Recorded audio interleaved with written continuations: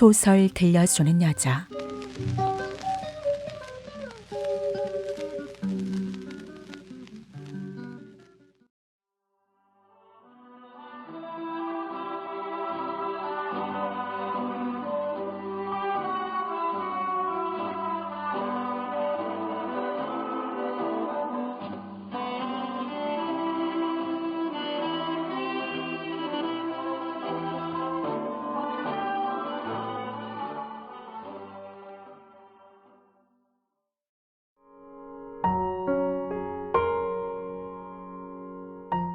관촌수필. 이문구. 행운유수.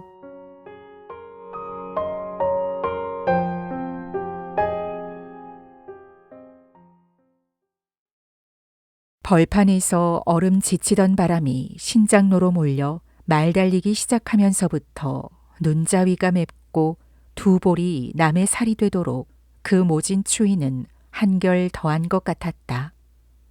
저만치로 보이던 읍내 주택들의 불빛마저 성에가 돋은 사금파리의 반사처럼 차디차게 느껴질 정도로 혹한이었다.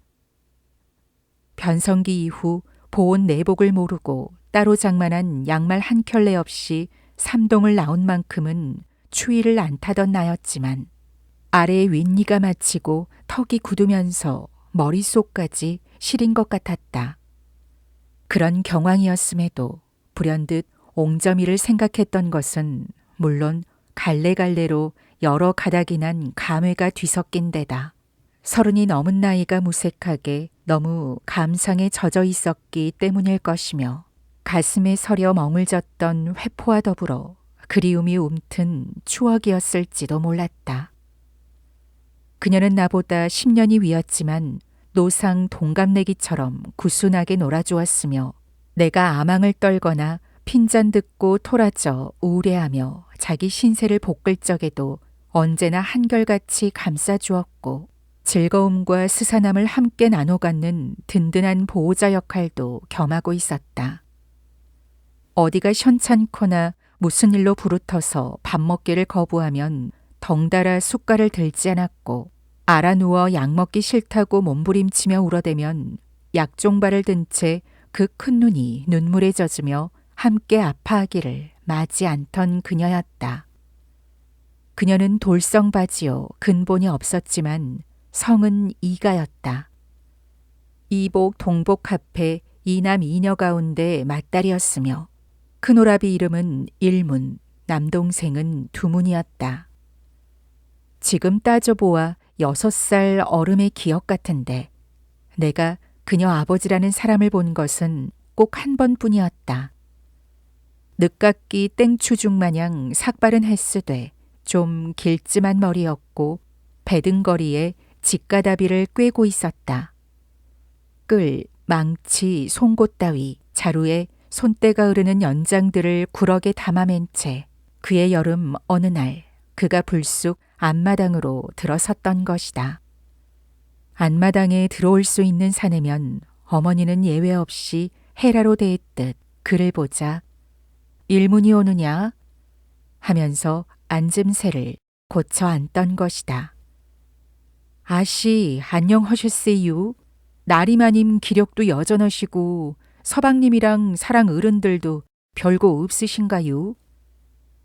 그는 그런 장황한 인사를 하며 벗어든 찌든 번거지를 뜰방에 던지고 엉거주춤하니 서 있었다. 별고가 무고지. 어서 그늘로 앉게. 여태도 개 가서 동일 헌다나? 예, 징용 가서 뵌 것이 그 노릇인디 워치커것슈. 고연실이 분다 하고 지집 새끼만 고생시키는 게비우. 집 벗어남은 고상이니 어서 솔가에다가 뇌살을 얄 텐디. 갱갱이가 예서 어디간 타관살이 버덤 한내로 들어오는 게 한 나은감. 지야 암시려면 어떡한디유. 서방님이 고상되시겠구먼유. 가나오나 증첼서 순사만 보면 서방님이 걱정되더만요. 걸핏하면 예비 검속되던 아버지의 신변이 염려되더라는 말이었다. 그런디 이년은 어디 심부름 시키셨담요? 삼시 시끈이 굽는 자리만 아니면 싸게 여엿비려야 일 죽었는디. 그네 뛰러 나간다대. 요새 학질하느라고 며칠 누워있었거든. 그년 승질에 오금탱이 근이거려 백이건남. 말만한 년이 그네가 다 무엇이래유. 그냥 두면 못 쓰겠네유. 혼 좀 내시지유. 그가 인연이라고 일컬은 것은 옹점이었다. 그는 정본을 도왔던 이매에게 옹점이를 잉태시켜 놓고 징용에 나갔다가 해방과 더불어 귀국했다던 거였다. 엄니, 그이가 뭐하는 사람이랴? 나는 그가 그네 뛰러 나간 옹점이를 보러 영당염 느티나무로 찾아나가자 어머니한테 물었고, 옹점이 애비 큰 머슴에 오고 갱갱이 가서 돌조시 헌다더라. 어머니는 그 이상의 자세한 것은 들려주지 않았다. 그 뒤로 얼마 동안 나는 옹점이와 다투어 비위 상한 일만 있으면 으레, 배남은 네 아베 이름을 애들한테 가르쳐줄 텨. 일문이라고. 같은 문자 이름이지만 네 아베는 내 밑이여. 문자가 밑에 들었으니께. 하고 놀려주었지만 그녀는 내 말에는 시척도 않고 신들신들 웃기만 했었다. 일문이가 배다른 오라비였고 어머니는 옹점이 아버지를 앞에 두고 부르려면 언제나 그의 큰아들 이름으로 대신했던 것을 훨씬 뒤에나 알게 된 거였다. 어머니가 옹점이 아버지를 돌조시 또는 일문이라고 하던 것을 귀에 담아두었던 나는 일문이란 곧 한돈이라는 뜻이었으므로 나중에는 옹점이를 골리려면 너는 지지배니께 반돈이여. 한돈이 두돈이 반돈이 시슬 다 합체도 니네는 스돈 반밖에 안 된께 순 싸구려 것이여. 너 같은 싸구려는 후제 그지한테 시집가도 하나도 믿질 거 없어. 정말로? 그려, 네 말대로 그지한테 시집 갈겨. 좋겠다. 나 시집 가면 맨날 놀러 온다며? 그려 와. 의도원 밥하고 건건이하고 찌빠게 다 담아줄 텐께. 안 먹었단 봐. 그냥 두나. 저리가 따로 놀어. 나는 그지 각시 될 텐디 왜 젖이 서 있네. 저리가 혼자 놀어. 그 무렵 옹점이 어머니 임에는 한내읍 새탱이 부락에서 두문이와 언년이를 데리고 기척 없이 살고 있었다. 들어앉아 돌조시가 벌어서 보내는 돈으로 얌전히 밥이나 끓여 먹고 살아가던 것이다. 그녀는 무신날이면 여간에서 우리 집을 방문하지 않았다. 어머니는 그녀가 올 적마다 저 술고래 온다 했는데 그 소리가 듣기 싫어 걸음도 드물어졌으리라고 여겼지만 와서 시시덕거리며 수다 떨 적마다 드러나던 금리빨 탓일 것이라고 옹점이는 덧붙여 설명했었다. 그녀는 툭하면 입을 바짝만하게 벌려가며 요란하게 웃었는데 그럴 적마다 을에 칙칙한 은잎발과 신누런 금잎발이 흉하게 드러나던 것이다. 어머니는 그녀의 그런 이빨들을 몹시 보기 싫어했다. 멀쩡한 이빨을 멋내느라고 불어 뽑아냈기 때문이었다. 그러나 언년이는 무시로 드나들었고 여분 있는 음식이며 남은 옷가지들을 꾸려다가 입곤 했다. 그 즈음은 나도 천자문을 배우던 때여서 읍내로 심부름 가는 길이면 제법 남의 집 문패며 간판들을 읽을 줄 알았으므로 돌조신의 가족의 이름에도 무관심해하지 않았으니 할아버지에게 언년이 이름을 지어주도록 건의한 것도 그 까닭이었다. 할아버지, 왜 옹재미네 식구는 이름을 죄다 돈으로 쳐서 지었대요? 옹재미 마냥 언년이도 진짜 이름을 지어줘요. 할아버지는 귀담아 듣고 싶지 않은 기색이더니 으레 그런 게니라 여겨 보려무나. 한냥 두냥 한 푼이 두 푼이 허느니보담 일문이 이문이가 듣기에 썩 낫지 않겠느냐? 하지만 저 언년이는 동네에 쎄있는 이름인디요.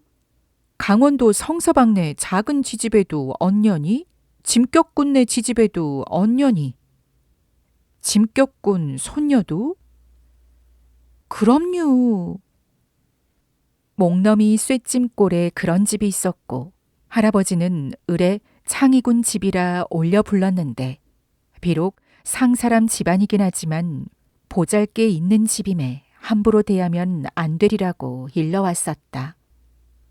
민종식 선생 밑에 들어가 홍주성을 무찔렀던 한말 의병의 후예란 점에서 그렇게 여겼던가 보았다. 옹잼이 미친 것은 애가 조용하고 노는 게 싹이 배던구나. 할아버지는 그 자리에서 언년이에게 복점이라는 이름을 지어주었다. 즉흥적인 장명이었으나 보리밥 같던 언년이 생김새에 걸맞게 어울리는 이름 같았다. 복점이는 차분한 성질이었고 굼뜨되 능청스럽기도 하여 동복 자매 같지 않게 옹점이와는 퍽 대조적인 아이였다. 후제 시집가면 저 덜렁새보담 적은 것이 더 나으리라. 그녀 자매를 놓고 어머니도 그렇게 보고 있었다. 큰 것보담 밑에 것이 나서 얼굴도 탈싹하고 승질도 거분하고. 마을 아낙네들도 같은 의견이었다. 그렇지 않다고 우긴 것은 나 혼자뿐이었다.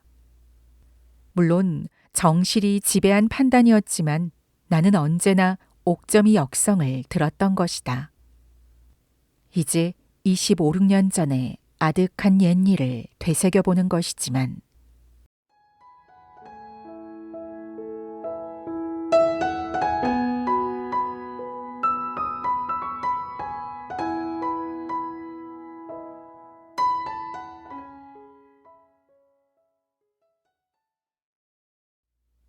옹점이는 남들이 대중으로 여겼듯이 덜렁거리며 걱실걱실하고 사납기만 하던 처녀는 아니었다. 그것은 우리 집의 생활 규모와 풍습에 젖어가며 자란 탓임이 두말할 나위 없는 일이지만 그러나 애초에 천성 또한 속이지 못할 것이라면 타고나기도 걸맞게 타고나서 우리 집과의 관계는 거의 숙명적인 것으로 보아야 옳을 것 같았다. 학교를 다닌 적도 없고 누가 가르쳐 주어 배운 글자도 없었지만 웬만한 글은 국한문을 가리지 않고 해득해낼 만큼 영악한 데가 있던 것만 보아도 어림하기에 어렵지 않았다. 6살 나던 해 봄부터 여름 내 나는 신장염을 앓고 있었다.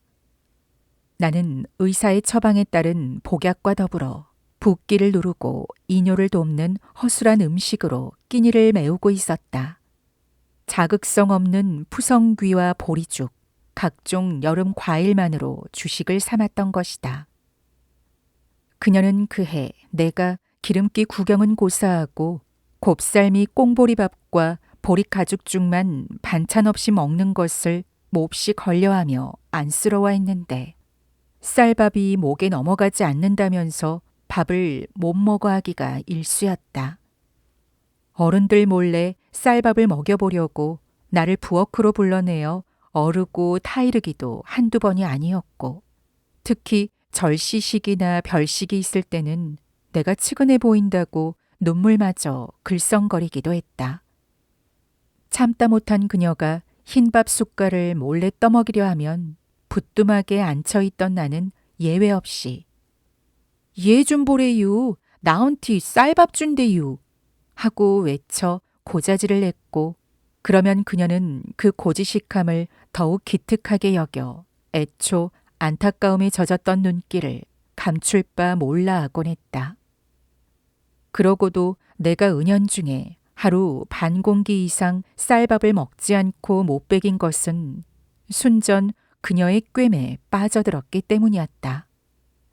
그녀는 흔히 야, 시방버텀 숨바꼭질하자 하고 말했고 내 동의도 얻기 전에 그럴 채비부터 차렸던 것이다.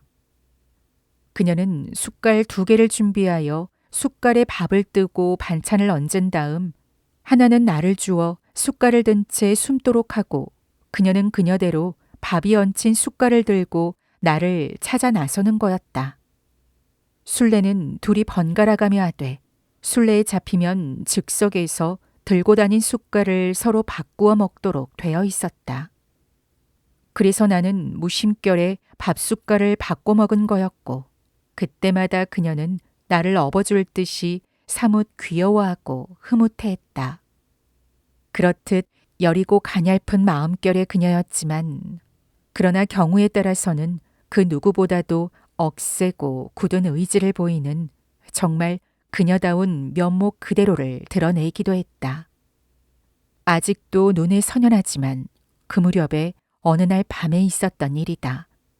막 더운 가리를 마친 날이었으니 한여름이었던 듯하다. 그날도 사랑에는 남의 눈을 피해 누가 여럿 다녀갔다는 거였다. 그 얼음에 우리들이 말하는 누구란 길게 설명할 곳도 없이 아버지에게 포섭된 조직원 및 어디선가 무시로 오던 연락원들을 뜻한다. 그들은 지하조직 총책이었던 아버지를 자기네 친부모보다도 더 짙은 피를 나눈 것으로 믿었고 그 믿는 보람과 자부심으로써 아버지에 대한 백명백종 그리고 목숨도 돌보지 않는 사람들이라고 나는 듣고 있었다. 따라서 사랑에는 밤낮 없이 그런 사람으로 붐볐고 그네들은 자정녘이건 어슴 새벽이건 때를 가리지 않고 무상 출입하는 것을 오히려 예의로 알고 있는 것 같았다.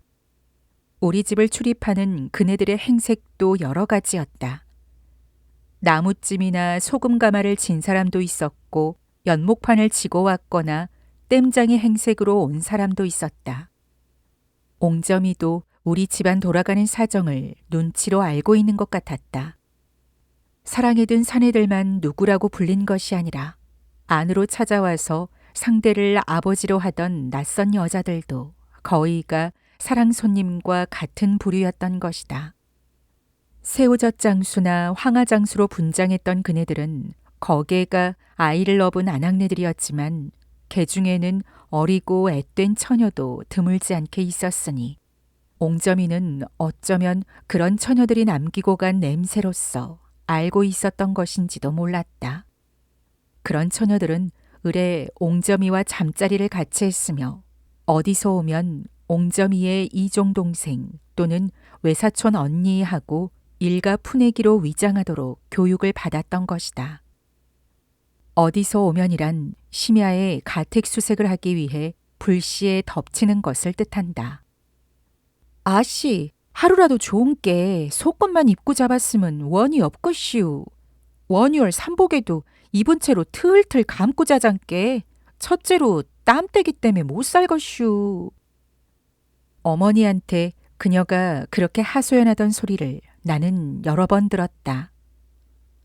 오밤중이고 새벽이고 가리지 않고 느닷없이 담 넘어 들어와서 함부로 뒤져대기 때문에 온 집안 여자들은 아무리 무더운 복중이라도 겉옷을 벗고 잘 수가 없었던 것이다. 그날 밤도 옹점이는 곤히 잠들어 있었다.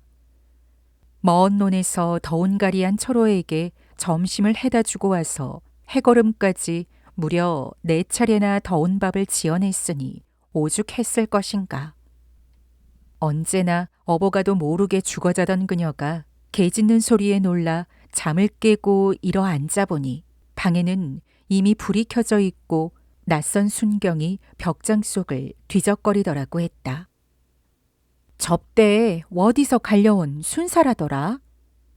가택 수색을 마친 순경이 돌아가자 어리둥절하고 서 있던 나더러 아무렇지도 않다는 음성으로 말하던 것도 그랬지만 막상 내 앞에서 그녀가 당하던 꼴만 상기해도 정말 보통 내기는 아니었다.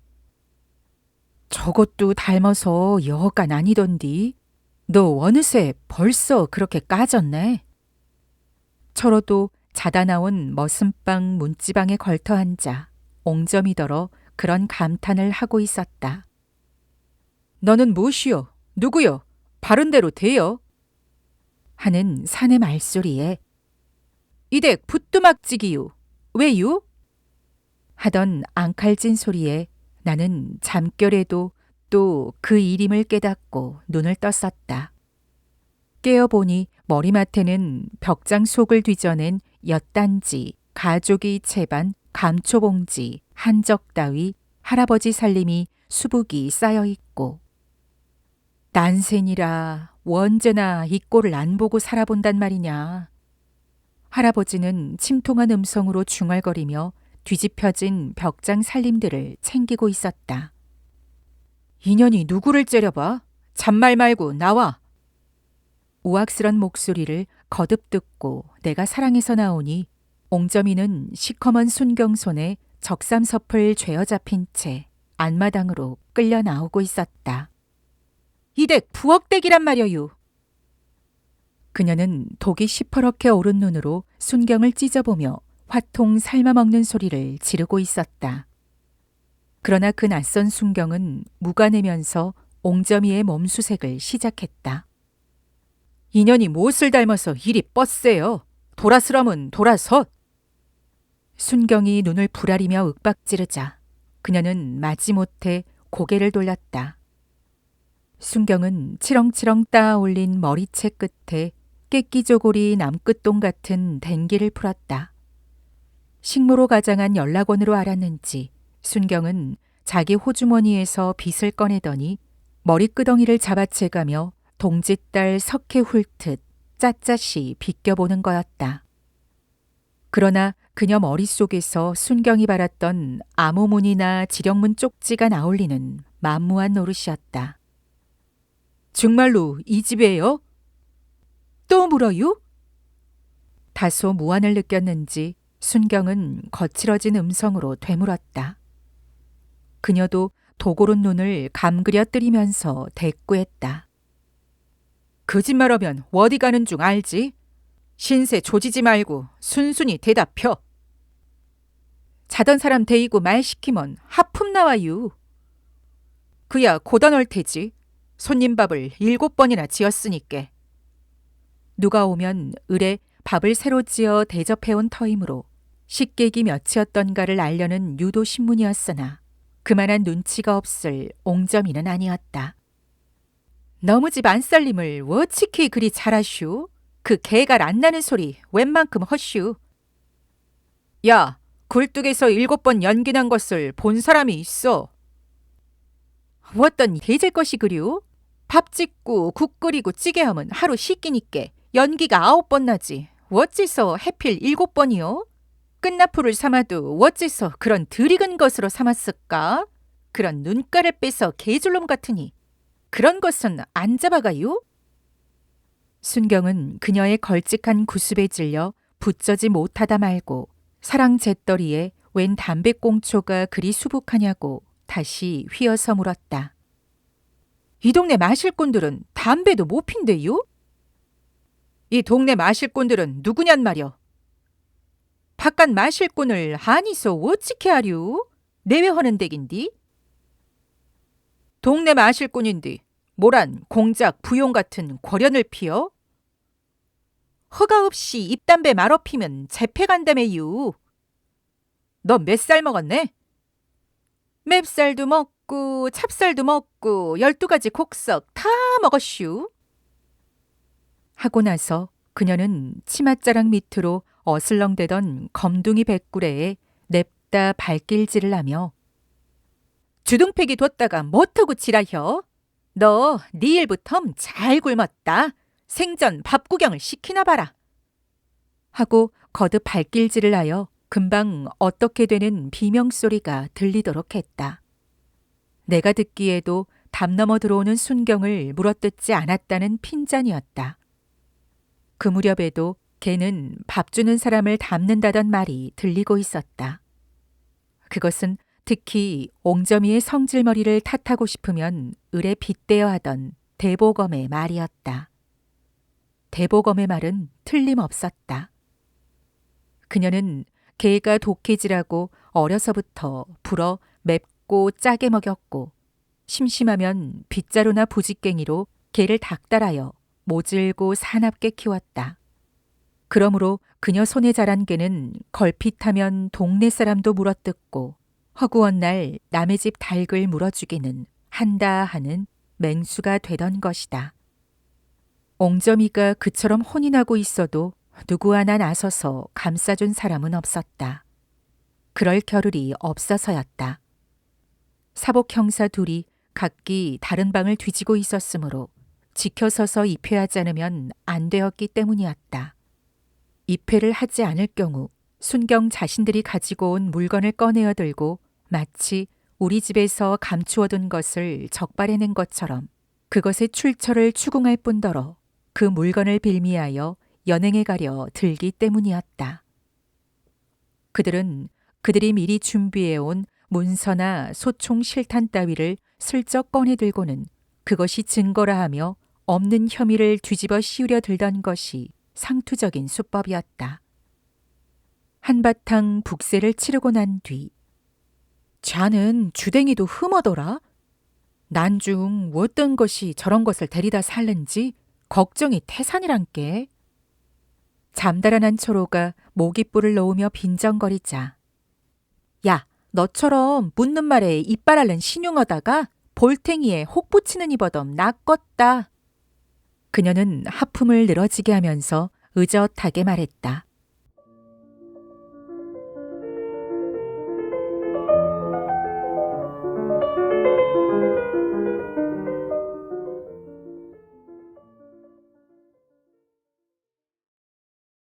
그녀는 그만큼 입이 걸고 성질도 사나웠지만 늘 시원시원하고 엉뚱한 데가 있었으며 의문스럽기도 따를 자가 없었다. 육덕 좋은 허우대나 하고 곱게 쪽집은 눈썹과 사철 발그레하게 피어있던 얼굴이며 그녀는 안팎 모가비 총각들에게 선망의 대상이었다. 남다른 눈썰미로 한 번 보면 못 내는 신용이 없었고 손속 또한 유별났으니 애써 가르친 바가 없어도 음식 맛깔과 바느질 솜씨는 어머니도 나무랄 수 없음을 진작에 선언한 정도였다. 동량을 주면 종구라기가 넘치고 개밥을 주어도 구유가 좁게 손이 컸다. 저것이 저리 손이 크니 시집가면 대번 시엠이 눈밖에 나리. 어머니의 걱정처럼 그녀는 오종종하거나 소갈머리 오죽 자는 짓을 가장 싫어했고 남의 억울한 일에는 팔뚝을 걷어붙이고 나서서 뎁들어 싸워주며 부지런하려 들기로도 남보다 뒤처짐이 없었던 것이다. 대소간에 대사가 있을 때마다 그녀가 징발됐던 것도 남의 집 되수세에 뛰어난 능력을 보였음이니 온갖 일에 들무세요 안머슴이었던 것이다. 말꼬랑지 파리가 천리가더라고 옹재미가 그렇단께. 불악 사람들은 그녀의 억척과 솜씨를 그렇게 비유하였고 그녀는 그녀대로 그런 말 듣게 된 자신을 대견스레 여기는 것 같았다. 그녀가 16이라는 어린 나이였음에도 안팎 동네의 머슴이나 품일꾼 그리고 어리전이나 드팀전을 보아 제 몫은 하던 장돌뱅이 총각들의 눈독을 한 몸에 받고 있었음은 당연한 일이었다. 그러나 그 총각들은 장차 그녀를 아내로 맡고 싶어서 그러던 것은 분명 아닌 것 같았다. 그 시절만 해도 혼사에 있어서만은 을의 근본의 어떠함이 결정적인 역할을 하고 있던 것이다. 양반 찌꺼기들은 말할 것도 없고 향품배 끄트머리만 되어도 집안이 이렇고 저러함을 가장 큰 구실로 삼고 있었던 것이다. 그런 경우 교전비와 난복난 행랑꽃 사이에서 태어났던 그녀의 신부는 누구라도 고개를 저을 커다란 허물이었다. 아무리 소견을 들어 됨됨이가 쓸만하고 살림의 규모가 있더라도 그녀의 내력을 번연하게 외던 근동 사람이라면 거들떠보려고도 않을 판이었다. 그러므로 아는 총각들이 그녀를 좋아한 것은 그녀의 빼어난 노래 솜씨, 그렇다, 그 노래에 반한 거였다. 저것이 소리 한 가지는 말쉬바의 구패들보담 빠지지 않으리라. 할아버지가 나무라다 말 정도로 그녀는 무슨 노래인지 푸짐하게 불러대었고 목청도 다시 없이 좋았다. 그녀가 떠벌리기를 가장 즐겨하던 노래는 내가 기억하기에 황하다방이었다. 아궁이 앞에 가랑이를 쩍 벌리고 앉은 채 한창 신명이 나면 삭정이 인걸불에 통치마에서 눈내가 나는 줄도 모르고 부직갱이가 몇 동강이 나도록 붓두막을 두들겨 장단치며 가락을 뽑아댔던 것이다. 목단꽃 붉게 피는 사라무랜 찻집에 칼피스 향기 속에 조는 꾸냥. 내뿜는 담배 연기 밤은 깊어가는데 가슴에 스며든다 새빨간 귀걸이. 한 가락 뽑고 나면 을에 하던 말이 있었다. 아씨, 올가래 밭 심으면 오아시스표 유성기 한 대만 사유. 라지오 보덤 쬐끔만 더 주면 산대유. 안방에 대고 목통껏 소리를 지르는 거였다. 그러면 어머니는 또 시끄럽게 유성기가 다 뭐냐? 네 창가 듣는 것만도 지긋덥고 진절머리 난다 얘. 하고 일축했고 그녀는 다시 장터 가가에 가면 유성기 소리판도 고루고루 셌던디. 심연옥 소리, 장세정 소리, 박단마, 금사향, 이난영, 신카나리아 소리. 알기는 똑 귀뚜리 풍얼어 듣기. 고려성 이부풍 천하토 작가가 제일로 마음에 들던디. 강남춘, 진박남, 이혜리수 소리도 여간 안 좋아요. 하고 바람든 소리를 한바탕 늘어놓고 나서 다시 노래를 불러 제낀다.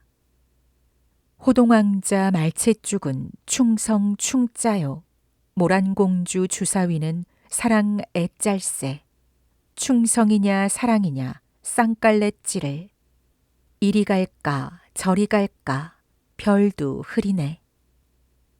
작고사 뭐 탄내난다. 지발 불 좀 보거라. 어머니가 야단을 쳐야만 놀라며 아궁이 불을 아무리고 엉덩이가 무겁게 일어나는 버릇이었으니 그녀는 이미 그 무렵부터 자기가 가사를 바꾸어 부르는 재치도 있었던 것으로 안다. 그 중에는 내가 아직 안 잊은 것도 있다. 죽 끓는 부엌작 아궁지 앞에 동냥허는 비랭이야 해가 졌느냐. 쉬지 말고 놀지를 말고 달빛에 밥을 벌어 꿈의 어리는 건건이 얻어서 움막 찾아가거라. 운다고 옛사랑이 오리오마는 눈물로 달래보는 구슬픈 이 밤. 요즘도 술집 술상머리나 라디오에서 니나노가 흘러나오면 잃어버린 지 오래인 동심이 불현듯 되살아나곤 한다. 그녀는 비단 유행가뿐만 아니라 보통 학교에서 가르치던 노래도 학동들보다 먼저 배웠고 더 잘 불렀던 것으로 기억한다.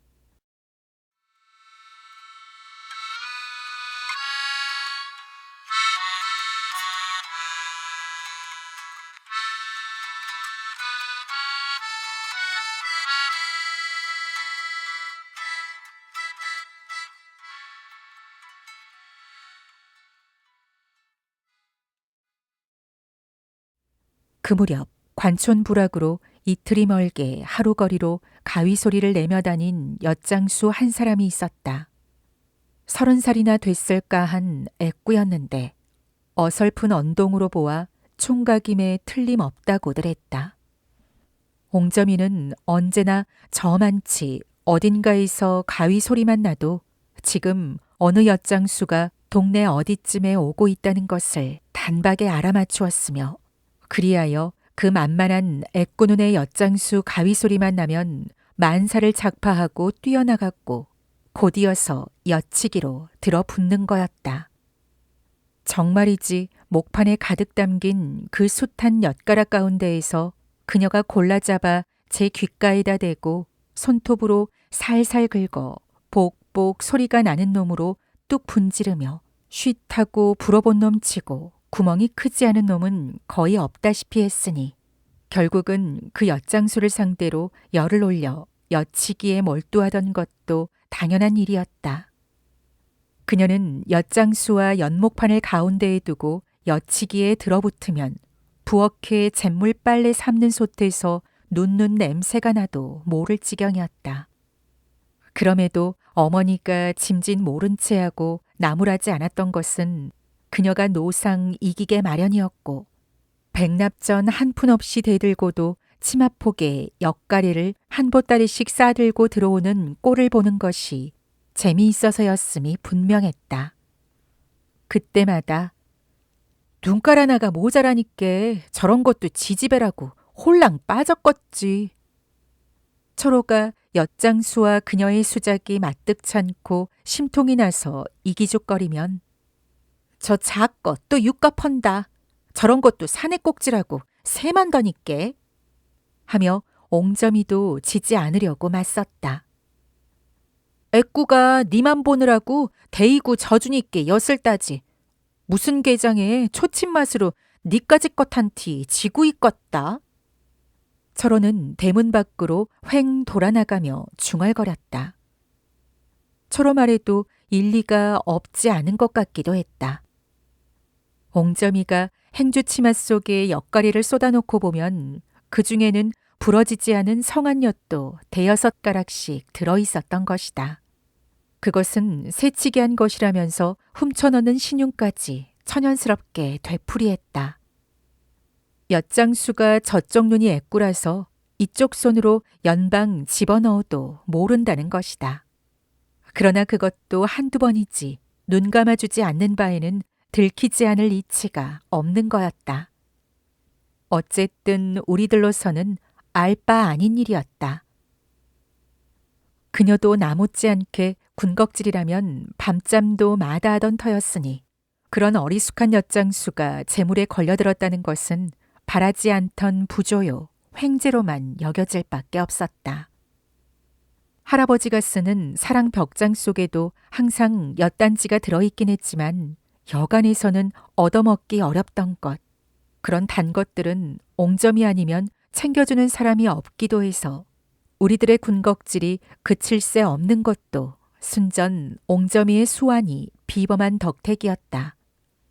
그 중에서도 못내 잊혀지지 않던 것은 내가 캐러멜을 처음 먹어본 기억이다. 어쩌면 그 이전에 이미 먹어본 것임에도 기억을 못해서 그것이 처음으로 알고 있는 것인지도 모르긴 하나 좌우간 나는 여태껏 옹점이가 사다 준 것을 먹어본 것이 최초의 것이니라 여기고 있다.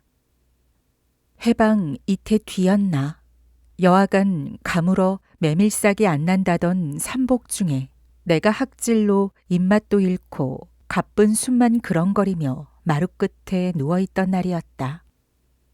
30이 넘고부터는 걸핏하면 감기에 걸리듯 그 무렵은 웬 학질을 그토록 자주 알았는지 모른다. 한 축만 앓고 나도 며칠씩이나 먹지를 못했었다. 그날도 돌봐주는 이 없이 혼자 뒹굴며 호되게 앓았고 해가 설핏해지면서 정신이 좀 난다 싶을 때였다.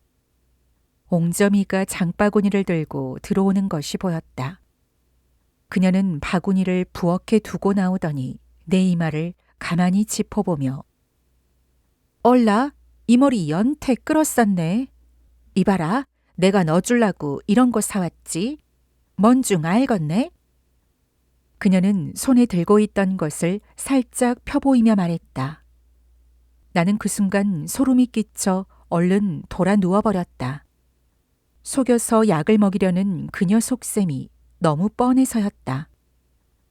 제가 무슨 돈으로 먹을 것을 사와 하도 약을 안 먹으려더니 꾀를 써서 먹이려는 것이지. 나로서는 그 외에 달리 생각해 볼 수가 없던 것이다. 딴 애들 없을 때 빨리 먹어라. 태모시 판 돈 엿투어 산 거요. 그녀는 히뜩히뜩 웃어가며 가진 것을 내주었다. 조일표 성냥감만한 것이 천상 모기탁에 쓰디 쓴 금계랍 갑이었다. 갱그랍이 아니란께 내가 너언티 쓴 약을 줄성 씹네? 봐, 미루꾸지? 바둑금처럼 쫄깃쫄깃하니 옥꽃이나 쌤세이보단 맛있는 미루꾸요. 싫다는디도 데이구이려. 내가 신경질을 부리자 그녀는 갑을 뜯어 알맹이를 내보였다. 약은 아닌 것 같기도 했다. 주황 색깔이 도는 것이 똑 세수비누 같았다. 그녀가 조금만 맛보라면서 칼로 반듯하게 저며주어 마지못해 입에 대어보고서야 나는 역시 내게는 옹점이밖에 없다는 생각을 거듭 다짐하게 되었다. 아직도 보드랍고 쫀득대는 맛으로 남아있는 그것이 곧 캐러멜이었음은 나중에서야 안 일이었다.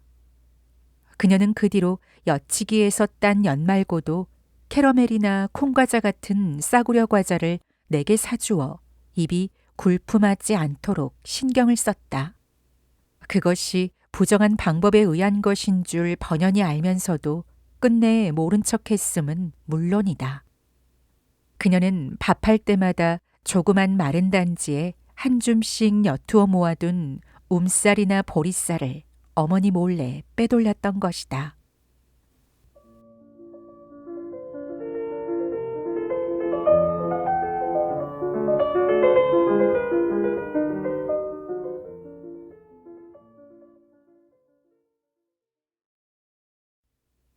관촌 부락에서 등성이를 끼고 돌면 욕가티라는 작은 부락이 있었다. 원래 이웃하고 농사짓는 초가집 대여섯 가구뿐으로 1년 내내 대사 한 번 치르지 않아 사는 것 같지 않던 동네였으나 해방 이듬해부터는 금융조합 창고 같은 연립주택이 몇 채 들어서고 한 채의 연암은 가구씩 북해도에서 왔다는 전재민들을 들여 정착시키자 밤낮 조용할 날이 없게 시끄러운 마을로 변하면서 전재민촌이라는 새 이름이 붙은 곳이었다. 그 전재민촌이란 이름은 차츰 도둑놈 소굴이라는 뜻의 대명사로 불리어져 갔다. 관촌 사람들은 집안에서 무엇이 없어진다거나 논밭에 심은 것이 축난 듯 싶으면 을에 전재민촌 사람들의 소행으로 여겨 버릇했고 서툰 임고리 장수가 들어서도 전재민촌 사람으로 판단, 물건을 갈아주기보다 집어가는 것이 없는가를 살피려는 도사림으로 냉대해 보내기 일쑤였다. 그런 중에도 옹점이는 조금 달랐다.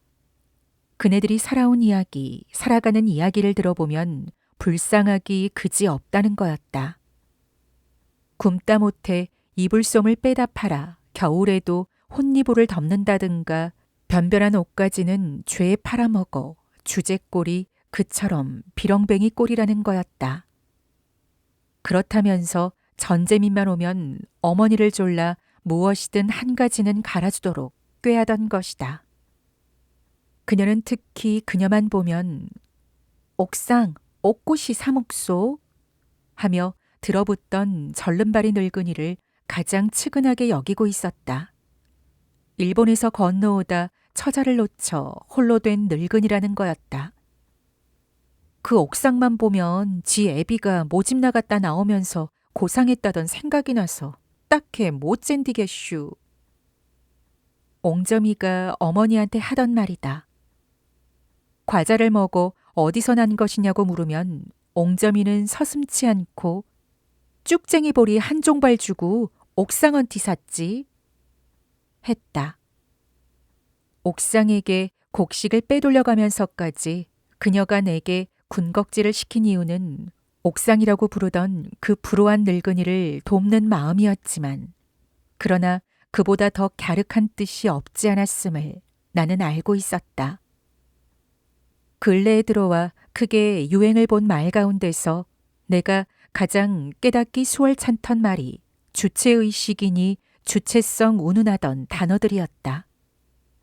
어떡하는 것이 주체의식이 있는 일이고 무엇이 주체성을 지키는 것인지 얼른 이해하기 어려운 말이었다.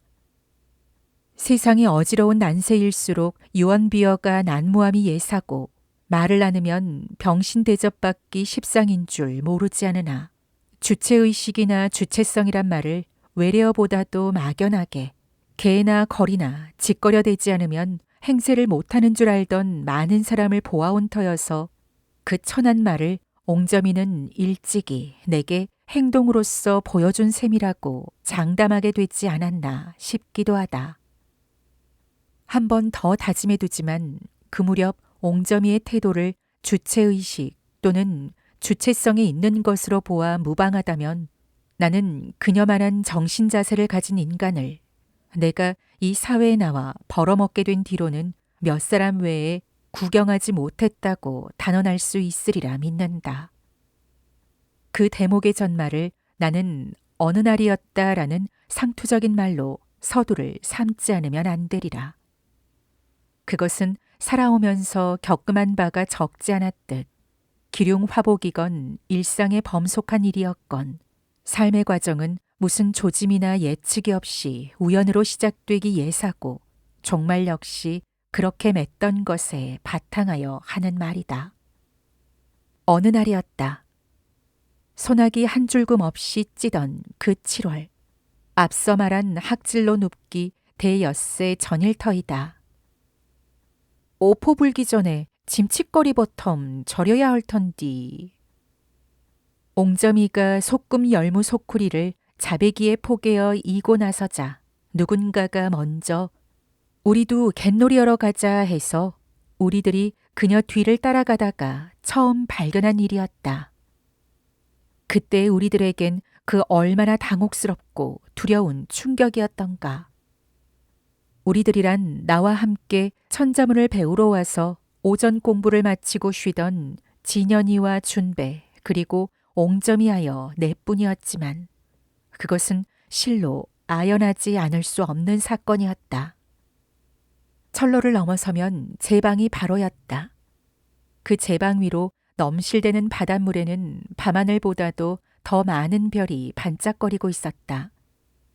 노리라기보다 너울이라고 해야 좋을 만큼 바다는 잠포록한 수평선으로부터 얌전하게 들먹거리면서 아름답고 눈부신 빛깔로 춤을 추고 있었다. 그 제방 위로 넘실대는 바닷물에는 밤하늘보다도 더 많은 별들이 반짝거리고 있었다. 노리라기보다 너울이라고 해야 좋을 만큼 바다는 잠포록한 수평선으로부터 얌전하게 들먹거리면서 아름답고 눈부신 빛깔로 춤을 추고 있었다. 보름살이라 물도 오달지게 들었는디. 옹점이는 느낌발을 중얼거리고 있었지만 우리들에게는 심통을 죄지르는 부앗덩어리였다. 우리들은 들어찬 밀물을 반겨본 적이 별로 없었다. 그 즐거운 개펄놀이가 불가능하기 때문이었다. 물이 들면 개펄에서 뒹굴며 개락물에 미역 감고 개나 뿔고동 따위를 못 잡게 되었다. 그러나 그날 옹점이가 열무를 씻는 동안 우리들이 놀 수 있는 놀잇감이라고는 뚝에 매여 있던 남의 염소뿐이었다.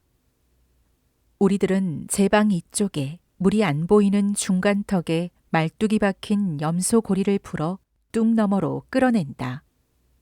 염소는 넘실거리는 물자락과 부서지는 물보라를 만난 순간 이미 넋이 달아난 눈을 안다. 염소 고집이라는 말이 있듯 염소는 한 번 마다하기로 작정한 것이면 황소만치나 힘이 세어진다. 우리들도 있는 기운을 다해서 앞으로 끌고 뒤에서 밀어댄다. 어린애 장난도 개구리에게는 생사 문제듯이 우리들의 심심풀이도 염소에게는 사활을 가름하는 일이었다. 염소는 언제나 결사적으로 버티며 뿔로 받으려 했고 우리 셋은 번번이 염소 한 마리를 당해내지 못했다. 우리가 마지막 힘을 다하여 달려들어야 겨우 염소 뒷다리만 조금 적셔주고 말 뿐이었다. 그날도 나는 역시 그럴 참으로 그만 가자, 그만 쉬고 얼른 건너가서 염소 오고 3대1로 한바탕 더 해보자 하며 어서 철로를 건너가자고 재촉했다. 금방 오는 소리가 났는디 자발 없이 그러네. 옹점이가 나무라듯이 말했다. 나도 별 수 없이 진연이나 준배 마냥 입을 다물고 있었다. 더워서 그늘에 든 것이 아니라 기차가 지나가기를 기다리고 있었던 것이다. 곧 완행열차가 지나갈 시각이었다. 서울 살며 기차 소리만 들리면 얼른 창너머로 눈을 보내버릇하는 이는 나 혼자만이 아닐지도 모른다. 나는 10수년 동안을 한결같이 그래왔다. 어떤 별난 소리가 들려도 못 들은 척할 수 있지만 수색이나 서강 쪽으로 기차 가는 소리만 들리면 참을 수가 없었다. 어쩐 셈인지 뉘우쳐 보기도 여러 번이었건만 번번이 해명되지 않았다. 어려서부터 몸에 밴 습관인지 아니면 늘 철로가 보이는 신촌에서만 사는 탓인지 알 수 없는 일이었다. 하여간 그날도 우리들은 기차가 지나가기만 기다리고 있었다. 그것은 어려서부터 철로가에서 자라온 습관 때문이었다. 그리고 우리들은 늘 철로와 더불어 뛰놀고 있었다. 우리들은 내남없이 엽전이나 못, 철사토막, 대장간에서 훔친 쇠붙이 따위만 있으면 항상 철뚝으로 뛰어나왔고 기차 시간에 맞추어 그것들을 철로 위에다 올려놓았던 것이다. 기차가 지나가고 난 뒤에 보면 그것들은 뜨겁게 달구어진 채 얇히고 넓혀져 전혀 엉뚱한 모양으로 변해 있었다. 그것으로 우리들은 무엇이나 두들겨 만들며 놀았었다. 기차가 지나간 뒤에 보면 아예 없어져서 찾지 못하는 것도 많았다. 그래서 우리들은 철로 위에 침을 뱉고 침방울 위에 그것들을 올려놓았었다. 그렇게 해야만 기차 바퀴에 묻어가지 않으리라고 누군가가 일러주었던 것이다. 그렇게 해서 없앤 엽전과 백통전은 또 얼마나 많았는가. 그때는 기차에 눌린 엽전으로 만든 제기라야 발에 잘 맞았던 것이다. 나이살이나 먹은 옹점이도 지나가는 기차 쳐다보는 것을 취미로 하고 있었다. 인저 온다! 철로 위에 올려놓은 쇠붙이도 없으면서 진연인가 준배든가 둘 중에 하나가 반색을 하며 말했다. 이윽고 시커멓고 우람한 화통이 선앙당 모퉁이로 돌아오며 언제나처럼 긴 허리를 뒤로 잡아빼기 시작하자 우리들은 곧 손을 흔들어줄 채비를 하고 있었다. 올라? 화통이 지나가자 우리들은 저마다 놀란 입을 다물지 못하고 있었다. 그렇다. 그것은 우리가 늘 보던 기차가 아니었다.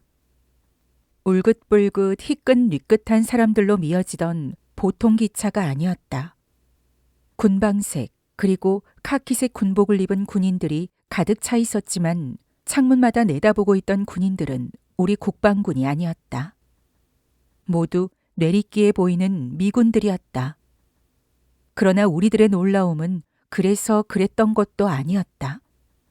그 미군들은 우리에게 뭔가를 던져주며 히엇히엇하게 웃고 연방 고갯짓을 했는데 그네들이 내던지던 것은 버린 것이 아니라 우리들더러 가져가라고 하는 신용이었으며 던져준 물건마다 먹는 것이어서도 아니었다.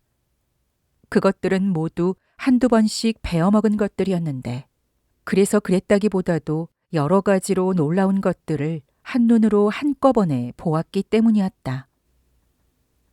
난리가 났나? 미군들이 읍내로 쳐들어오는 것인가? 곧 싸움이 벌어질 건가? 나는 가슴이 두근거리고 다리가 후들거려 어쩔 바를 몰라 하고 있었다. 고, 록구, 시찌. 옹점이는 열차 차량 수를 세어보고 있었다. 야, 옹잼아! 나는 옹점이 손목을 부여잡으며 떨리는 소리로 말했다. 옹점이는 내 말에 대답할 겨를이 없었다. 어디서 어떻게 알고 모여들었는지 마을 조무래기들이 쏟아져 나와 미군들이 던져준 것들을 한아름씩 주워댔던 것이다. 아이고 저런 그짓대. 한참 만에야 옹점이는 그런 욕짓거리를 내뱉었다. 아니 아이들만 꿰어든 것도 아니었다. 어른아이 할 것 없이 모여들어 북새를 피우고 있었다. 두서너 사람이 엉겨붙어 서로 밀고 당기는 실랑이가 벌어진 곳도 있었다. 먼저 줍기 위해서 주운 사람이 임자라 우기느라고. 그렇지만 먼저 발견한 사람이 주인이라고 또는 반반씩 나누어 갖자고 조금만 주면 맛이나 알고 말겠다고 무엇인지 보게 만져만 봄하고. 남볼성은 아예 아랑곳 없이 온갖 악다구니를 다 떨며 싸우고 있었던 것이다. 아이들은 주워온 것들을 아귀가 미어지게 허발 대신하며 먹어대고 있었다. 모두가 하나같이 한두 번씩은 입이 갔던 것들이었다. 뿐만 아니라 녀석들은 어느새 빈 병, 빈 깡통 등속도 한 알음씩 모아놓고 있었다. 너는 뭐뭐 주웠대? 옹점이가 물었다. 빠다, 빵, 끔, 미숫국. 창인이는 들고 있던 빵 조각을 우겨놓고 실룩거리며 대꾸했다. 게살구를 주워 먹었나? 너는 왜 쇠똥 밟은 상판이냐? 되게 쓴디 뭔지 모르겠어. 퇴퇴. 장식이는 세모난 구멍이 2개 뚫린 깡통을 입에 기울이더니 연방 침만 뱉었다. 지금 생각하면 녀석은 한 모금쯤 남기고 던져준 맥주를 맛본 것이 분명했다. 그러나 내가 가장 놀랐던 것은 그 다음에 목격한 일이었다. 놀란 것은 옹점이도 마찬가지였다. 그녀는 다시 그 사나운 입을 열었다. 그런 비료를 먹다 급살 맞아 뒤질 것들 봐. 내가 보기에도 그럴 수는 없는 일이었다. 창인이는 이내 먹던 빵 조각을 내팽개쳤지만 손에는 누런 가래덩이가 그대로 남아 있었던 것이다. 빵에다 가래침을 뱉어 던져주다니. 생각만 해도 끔찍스럽다. 너는 절대로 저러면 못 쓴다. 만 못 보던 게라고 저런 거 주워 먹으면 큰일 날 줄 알아. 그날 옹점이는 나에게 몇 번이나 신신당부를 했는지 모른다. 그것들이 조선 사람은 죄에다 그지라고 여북이나 숭보면서 비웃었겠네. 개언티도 그렇게는 안 던져 죽었더라. 너는 누가 주더라도 받아먹지 말아야 혀. 그녀가 거듭거듭 되풀이 타이른 것은 내가 아이들의 먹는 입을 쳐다보며 침을 삼켰기 때문이었다고 뒷날 들었다. 대관절 조선 사람을 뭘로 봤길래 처먹던 것을 던져줬을까나. 그녀는 몹시 분개하고 있었다. 너도 그런 거 주워 먹으면 서방님께 당장 일러 바칠 텐께. 나는 그녀에게 굳게 약속했다. 그녀 말이 모두 옳게 여겨지기도 했지만 그보다는 할아버지한테 배운 바에 충실하고 있었기 때문이었다. 할아버지로부터 배운 것이면 무조건 순종하고 지키던 터였으니 낯선 것이라 하여 함부로 얻어먹을 수는 없었던 것이다. 따라서 나는 그 후로도 아이들 틈에 섞여 놀되 하루에 기차가 몇 번씩 지나가며 무엇을 떨어뜨리고 가든 거들떠보지도 않았던 것이다. 그것은 그 무렵에 내가 생각하기에도 여간 대견스러운 일이 아니었다. 이튿날부터 마을 사람들은 차 시간을 기다려 철로 양편 2개 줄을 서고 있었다. 미군들은 언제나처럼 먹던 것만을 던져주었고 사람들은 서로 싸우며 주워 먹었다. 나는 반 마당가에 나앉아 그러는 꼴들을 구경했다. 매일같이 일과처럼 지켜 앉아 있었다.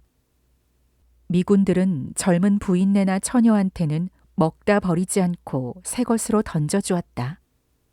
사이다병에 대가리가 터진 어른도 있었고 깡통에 맞아 눈이 빠질 뻔한 노인도 있었다. 이틀, 사흘, 나흘 철로가에 사람들이 없어진 것은 닷새나 지난 뒤였던가. 빵이나 버터, 초콜릿이며 비스켓에다 침을 발라서 던진다더라는 소문이 모를 사람 없도록 파다해진 뒤였으니까. 그와 함께 들려온 소문은 군두리에 해수욕장이 선다는 것이었다. 조개 껍질가루가 10리도 넘게 백사장을 이룬 물때 좋은 털을 영영 아주 그네들 손에 잃게 됐다던 거였다. 군두리는 미군들 천지가 되어 그네들을 상대로 닭, 채소, 과일, 계란 장사를 해서 한미천 뭉쳐둔 사람도 있다고 하였다. 미군들은 한국인을 얼마나 무시하는지 우물물도 더럽다고 안 마신다는 말까지 들렸다. 따라서 그네들을 상대로 장사를 하려고 덤빈 사람치고 망하지 않은 사람이 없다고도 했다. 한미천 장만했다는 말도 말짱 헛소문이라던 것이다. 왜냐하면 한국인이 파는 물건은 더럽다는 이유로 거들떠보지도 않기 때문이라고 했다. 계란 외에는 받지 않는다는 것이었다. 우리 집에 그런 말들을 귀동냥해 드린 것은 말할 필요도 없이 장에 다녀오는 옹점이었다. 흰괭이건 껌괭이건 숭악한 산 것들이던디유. 허연 노인네 앞에서 맞담배지를 예사하고유. 끔을 쩍쩍 씹어 쌓고 그러유. 그녀는 그때마다 흥분된 표정이었다. 그녀는 쉬지 않고 연달아 말했다. 월매나 더런 것들인지 오줌도 질바닥에서 함부로 내번지르고 누더래유. 조선 사람 뒷가는 더럽다고유. 말도 못할 작것들인 게비요. 여자만 보면 저태에 서방이 있거나 말거나 손가락을 이렇게 까불까불하며 시비시비 오케이 한다는규. 그녀는 그 외에도 별의별 잡된 소문까지 묻혀드렸고 밖에서는 사랑 마을꾼들이 또한 그녀에게 뒤질싸라 귀동냥을 해드렸다. 지난 여름에도 나는 옹점이를 생각하지 않을 수 없었다. 엿장수하고 엿치기를 해서 이긴 엿으로 옴살을 모아 몰래 바꾼 과자 부스러기로 나를 달래면서 미군들이 먹다 버린 것은 외면한다는 다짐을 받으려 들던 그녀가 떠올랐다. 오늘도 걷는다마는 정처 없는 이 발길. 걷다가도 어디서 그녀 입으로 배웠던 여린 가락이 발뿌리에 밟히면 요즘도 나는 문득 발걸음이 무거워진다.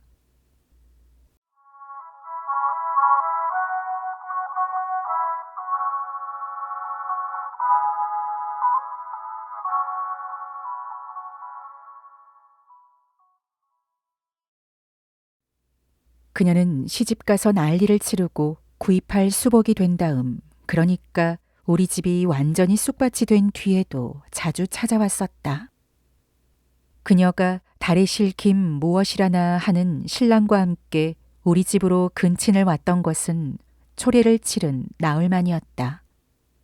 닭 2마리와 술 1병 그리고 떡을 한 고리에서 이고 왔던 것이다. 아씨, 자양 왔습니다.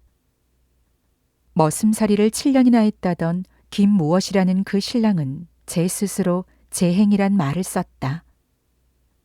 왜 갈 때는 나 없을 때 몰래 갔니? 내가 곱게 단장하고 얌전 떨던 옹점이한테 달려들어 그녀 어깨에 손찌검까지 하며 때를 썼던 일도 안 잊히는 기억이다. 우리 집에서 그녀에게 해준 혼수는 이불 2채와 농 하나, 그리고 치마 저고리도 여러 해 입을 것을 감으로 떠주었다고 들었다. 저희 어버이가 장만했던 혼수는 버선과 적상 2장, 덤으로 요강이 끼고 노대야가 곁들여졌다지만 그 시절의 혼수치고는 논섬직이나 착실하게 짓는 어느 지체 있는 집안의 혼수에 견줘 손색이 없었으므로 불악에서는 그녀를 부러워하지 않은 이가 드물었다. 그녀가 우리 집을 떠난 것은 혼인 이틀 전, 참깨 잡는 복산이를 쫓아다니며 메뚜기를 2꿰이나 잡아들고 돌아오니 그녀는 이미 떠나고 없던 것이다. 나 모르게 달아난 그녀가 얼마나 미웠던가. 집안에서는 그런 내색을 할 수 없어 멀찌감치 떨어진 어느 논두렁에 쭈그리고 앉아 논고랑물에 마구 눈물을 흘렸었다. 눈물 한 번 닦고 세수 한 번 하고 다시 눈물 짓고 한 번 더 세수하고 맑게 흐르던 논고랑물, 도랑에 빠져 흘러가던 어느 메뚜기 새끼. 논고랑물에 세수를 해본 것도 참으로 오래된 것 같다. 그녀도 아주 가면서 눈물을 흘렸다고 했다. 이불 두 채와 큼직한 버들고리를 포개어 지게로 젖어준 철호 뒤를 따라가며 동구 밖을 벗어날 때까지 훌쩍거렸다는 것이다. 시집에서는 어느 집 규수, 어느 집 며느리보다 못지않게 잘 살리라고 어머니는 말했고, 동네 사람들도 입을 모아 한결같은 말로써 어머니를 위로했다. 어려서부터 쥐어 박혀가며 배운 제반 범절이며 빼어난 음식 솜씨와 바느질 솜씨, 어른 공경, 아이 수발, 그 얻은 눈이며 들은 귀라면 어디에 내놔도 흠잡힐 리가 없다는 거였다. 하루아침에 손발을 잃고 나니 아무 정신이 없네. 그것이 없어지니께 똑 반병신 된 것 같아. 앞으로 어떻게 살아갈지 큰 걱정이구먼. 어머니는 마치 넋나간 사람 모양 안절부절 못하고 있었다. 어머니는 그녀가 가기 전에 몇 날 며칠을 두고 다짐을 받아냈었다. 그 집안 풍습이 우습더라도 그 집안 풍습은 반드시 지켜야 한다는 거였다. 어머니가 누누이 타이른 것은 그녀가 못 믿어워서라기보다 그녀를 길러낸 우리 집안이 흉될까 싶어 경계한 셈이었으리라. 그녀의 행실 여하에 따라 우리 집안도 구설에 오르내를 터이던 것이다. 부디 덜렁대지 좀 말고 어디 가서 충고리고 무슨 일에 해찰 부리지 말고 다 입 다물고 그릇 좀 그만 깨치고 그러고 지발 그 개갈 안 나는 창가 좀 그만 불러라. 중매장이는 그녀 아버지와 함께 강경읍에 가서 돌조시했던 중실한 나이에 달에실 사람이라고 했다. 신랑 될 사람이나 시부모 될 사람은 우리 집 내력을 잘 알고 있었고 강릉댁에서 자란 몸이면 어련할까 보냐고 선도 볼 필요 없다면서 크게 좋아했다고 들었다. 당사자끼리는 달에실 어귀 황포국민학교 운동회 날 운동장에서 첫 선이 이루어졌던 것이며 그네들은 한 번 본 것으로 피차간에 이의가 없었더라고 했다. 내다본 바와 다르지 않게 그녀는 소문 없이 곧잘 살아가고 있었다. 장날이면 장에 왔다던 길이라며 들렀고 그때마다 어머니는 어디 재금 나서 따로 사는 재미가 어떻던가 얘기 좀 하다 가거라 하며 붙잡았는데 원래가 미치 즐겼던 그녀라 한 번 앉으면 해 넘어가는 줄을 모르곤 했었다. 6.25 난리 중에도 그녀는 자주 들러 홀로 된 어머니를 위로하며 어지러워진 집안 꼴을 제 일처럼 보살펴주고 갔다. 언제 보아도 변함이 없던 그 옹점이 그대로였던 것이다. 내가 그녀 입으로 그 노래를 들으며 눈물 짓고 돌아섰던 것도 벌써 그렇게 되는가. 그렇다. 20해가 다 되어간다.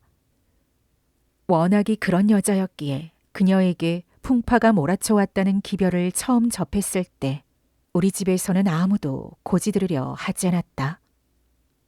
그러나 실제로는 들린 소문보다도 훨씬 어려운 고비였던가 보았다. 그녀는 그런 소문이 있고부터 우리 집에도 아예 발길을 끊었던 것인데 그것은 어머니를 뵐 낯이 없다는 것이 핑계였다. 소문은 남편이 군대에 나가고부터였다. 그 시절에 군대에 나간다는 것은 누구를 쳐들 것 없이 전쟁터의 밥으로 요리되어 가는 것과 다를 바 없다고 인식하던 때였다. 가면 소식이 없기가 정상적인 사태로 판단되던 시절.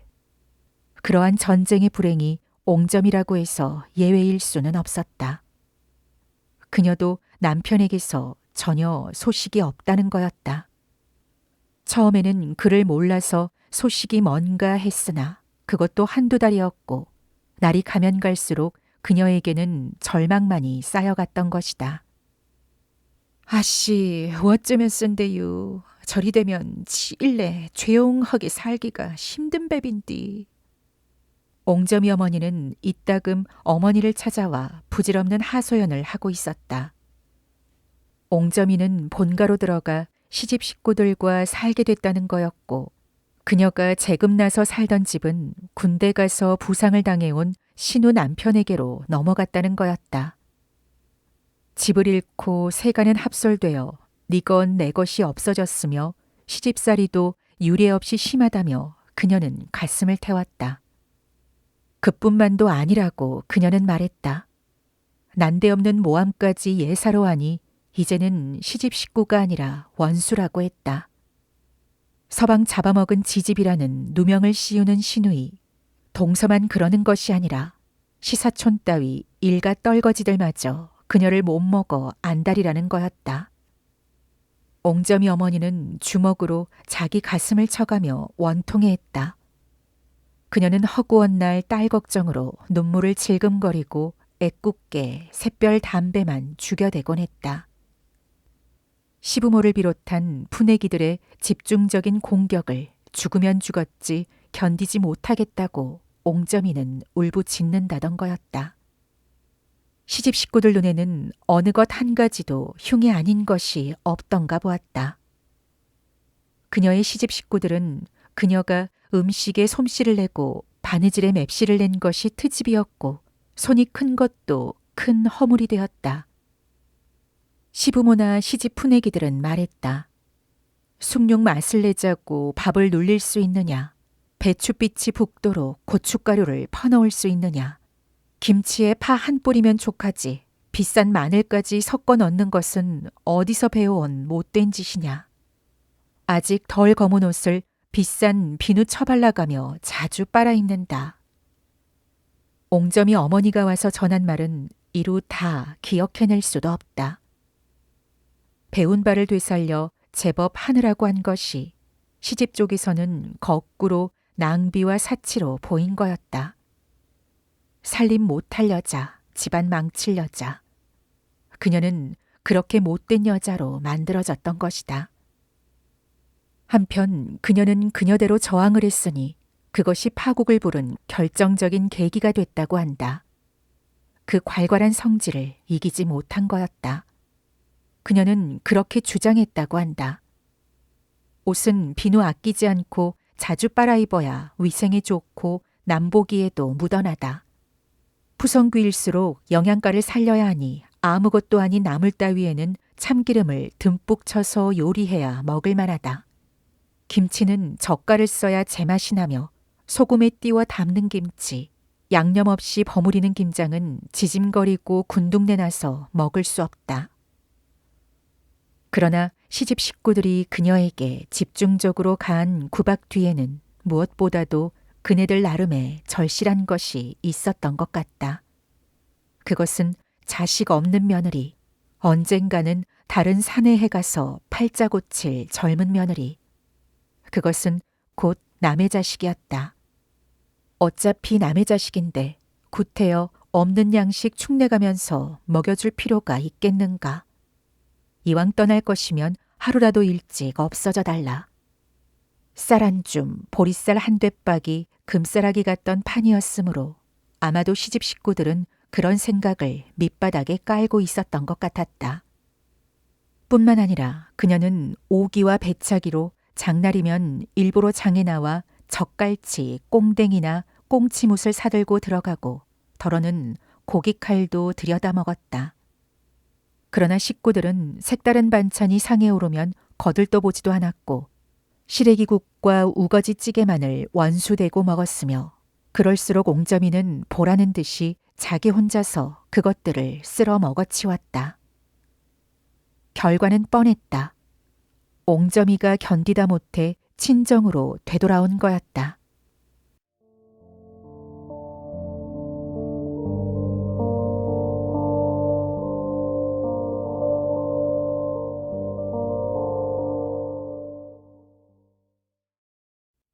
그 얼음에 어머니는 타계하였다. 마지막 어른을 잃은 집안이라 꼴이 말이 아니었으므로 옹점이 일도 자연 우리들의 관심사에서 벗어나기 시작했다. 그러다가 얼마 후였다. 한 달이 두 달이 거쳐 들린 소식에 의하면 옹점이의 남편 김무엇은 언제 어디서 전사 있는지도 모른 채 유골만 돌아왔다는 거였다. 이윽고 옹점이 소식도 잇따라 들어왔다. 어처구니 없게도 너무나 충격적인 것이었다. 그녀가 약장수 패거리를 따라다니며 노래를 부르더라는 거였다. 한다 하는 가수더라고도 했다. 혼자 몸 추스를 만큼 장사할 미천이 잡힐 때까지는 그 길로 계속 내뻗겠다고 흰목 젖혀가며 장담하더라는 거였다. 광천장에서 봤다느니, 홍성장에서 만났다느니, 청양장에서 그러더라느니. 들리는 소문은 요란했지만 우리는 아무도 믿으려 하지 않았다. 그때는 이미 그녀 어머니와 복점이 두무니마저 남복이 창피하다고 돌조실을 찾아 강경읍으로 떠난 뒤여서 나로서는 확인해 볼 도리가 없었다. 어머니마저 타계했으니 그녀를 잡아다 놓고 마음을 걷잡아 줄 사람도 없는 형편이었지만 그러나 모두가 사실이었다. 내가 직접 그녀를 두 눈으로 보게 됐던 것이다. 그것도 대천장에서였다. 장날 하악하는 길이었다. 뒤에서 부른 이가 있어 돌아다 보니 한 잔 걸친 창인이 아버지였다. 그는 말했다. 옹점이가 지금 약장수 패거리 틈에 끼어 노래를 부르고 있으니 가서 구경하고 가라는 거였다. 나는 우선 반가운 마음부터 앞서 이런저런 경우를 따져볼 겨를도 없이 그쪽으로 치달려갔다. 볼일 다 본 장꾼들이 겹겹으로 둘러선 싸전마당 한켠으로 내가 급히 다가갔을 즈음에는 약선전의 순서였다. 장구를 맨 중년 사내와 기타를 든 젊은 사내, 그리고 상판이 해반주 그레하게 생긴 젊은 여자 둘. 나란히 늘어선 그들 일행 가운데에서 얼핏 옹점이는 보이지 않았다. 저 여자들을 잘못 보고서 내게 한 말이었을까? 꼭 그랬을 것 같기만 하고 꼭 그러리라고 믿고 싶었다. 승섭이 어머니가 하던 말대로 까미 풀어 빠마를 하고 만보바지에 희로를 신은 옹점이는 찾아볼 수가 없던 것이다. 나는 혹시나 하는 마음으로 그 사내의 약선전이 어서 끝나기만 기다리며 장례를 토파보는 데에 게을리하지 않았다. 밤새 가죽 점퍼에 검은 안경을 쓴 사내는 연방 장구채를 뚱땅거리면서 지저분한 언사를 낯짝없이 짓거려대고 있었다. 약병마개를 닫을 즈음이었다. 이발사같이 매초로만 젊은 사내가 대신 들어서며 잔가락으로 기타를 켜기 시작하는데 바로 그때 나는 처음으로 그녀를 본 거였다. 틀림없는 옹점이었다. 내가 아뜩해진 눈앞을 겨우 챙겼을 때는 그녀의 노래가 내 가슴을 뒤흔들기 시작한 다음이었다. 오늘도 걷는다마는 정처 없는 이 발길. 지나온 자중마다 눈물 고였다. 나는 눈앞이 캄캄하고 다리가 후들거려 심신을 가눌 수가 없었다. 아니, 그 이상 그 자리에 서서 버틸 기운도 건너다 볼 눈도 잃어버리고 말았던 것이다. 아, 그 순간의 충격을 이제 와서 무슨 글자로 골라 다시금 되살려 말할 수 있을 것인가. 나는 나도 모르는 사이 무슨 그릇된 짓을 저지르다 들킨 녀석처럼 밟히는 것이 없는 두 다리로 장터를 뛰쳐나와 오금껏 뛰고 있었지만 그녀의 고운 목소리와 훌륭한 가락은 달아나는 내 뒤통수에 매달려서 줄곧 뒤쫓아오고 있었다. 선창가 고동소리 옛님이 그리워도 나그네 흐를 길은 한이 없어라.